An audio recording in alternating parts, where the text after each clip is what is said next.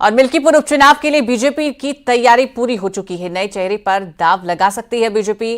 आज प्रत्याशियों के पैनल पर लग सकती है मुहर। प्रत्याशियों के पैनल में सुरेंद्र रावत, बाबा गोरखनाथ का नाम, शशि बाला के नाम पर भी चर्चा हो रही है। और बता दें कि 14 जनवरी तक प्रत्याशी के नाम का ऐलान हो सकता है।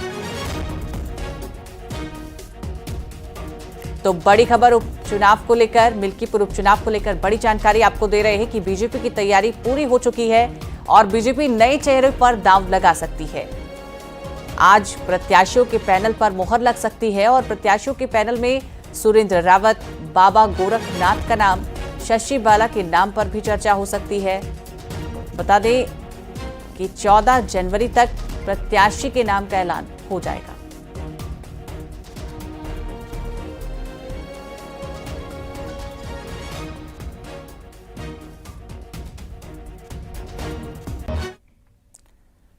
और सुरेंद्र रावत ने मांगा है वीआरएस। उपचुनाव परिवहन आयुक्त है सुरेश रावत, सुरेंद्र रावत। बता दें कि वीआरएस के लिए शासन को पत्र भेजा गया है। मिल्कीपुर से चुनाव लड़ सकते हैं और बीजेपी से चुनाव लड़ सकते हैं। तो बड़ी जानकारी आपको दे रहे हैं इस वक्त। सुरेंद्र रावत ने वीआरएस मांगा है। उपचुनाव से जुड़ी बड़ी जानकारी आपको दे रहे हैं।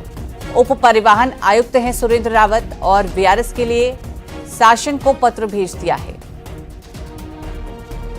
और इस खबर पर ज्यादा जानकारी के साथ संवाददाता संकेत हमारे साथ जुड़ गए। जी संकेत, बताइए अभी क्या अपडेट है इस खबर पर?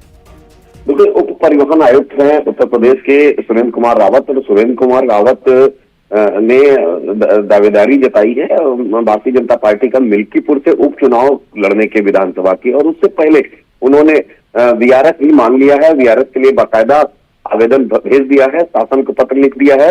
और 2.5 महीने अभी सुरेंद्र सिंह रावत की जो नौकरी का कार्यकाल है वो शेष है, लेकिन उससे पहले ही उन्होंने वीआरएस की मांग कर दी है और वो मिल्कीपुर उपचुनाव से भारतीय जनता पार्टी का टिकट मांग रहे हैं। जिस तरीके से भारतीय जनता पार्टी भी इस बार मिल्कीपुर उपचुनाव में जो टिकट देने के मूड में है, तो बीजेपी नेतृत्व ने तय किया है कि उस ऐसे व्यक्ति को टिकट दिया जाए जो नया व्यक्ति हो और जिसका यहाँ पर आधार हो, जाति समीकरण भी बेहतर हो, साफ सुथरी छवि हो। तो ऐसे में सुरेंद्र सिंह रावत ने आवेदन किया है भारतीय जनता पार्टी में के टिकट के लिए, मिल्कीपुर उपचुनाव के लिए।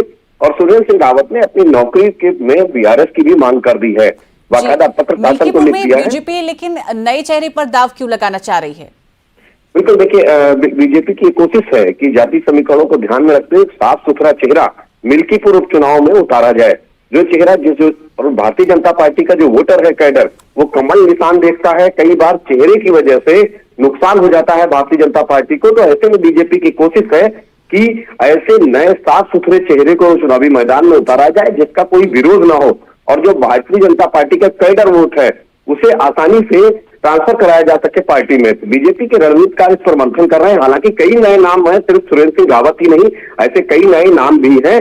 और आज भारतीय जनता पार्टी का जो पैनल है उस पर भी मंथन होना है, फाइनल होना है। मिल्कीपुर उपचुनाव को लेकर 14 तक सूची भी आ जानी चाहिए, उसकी भी तैयारी कर रखी है भारतीय जनता पार्टी ने। यानी कहीं ना कहीं कि बीजेपी इस बार नए चेहरे पर दाव लगाने के लिए पूरी तरीके से तैयार है। फिलहाल 14 जनवरी तक ये साफ हो जाएगा।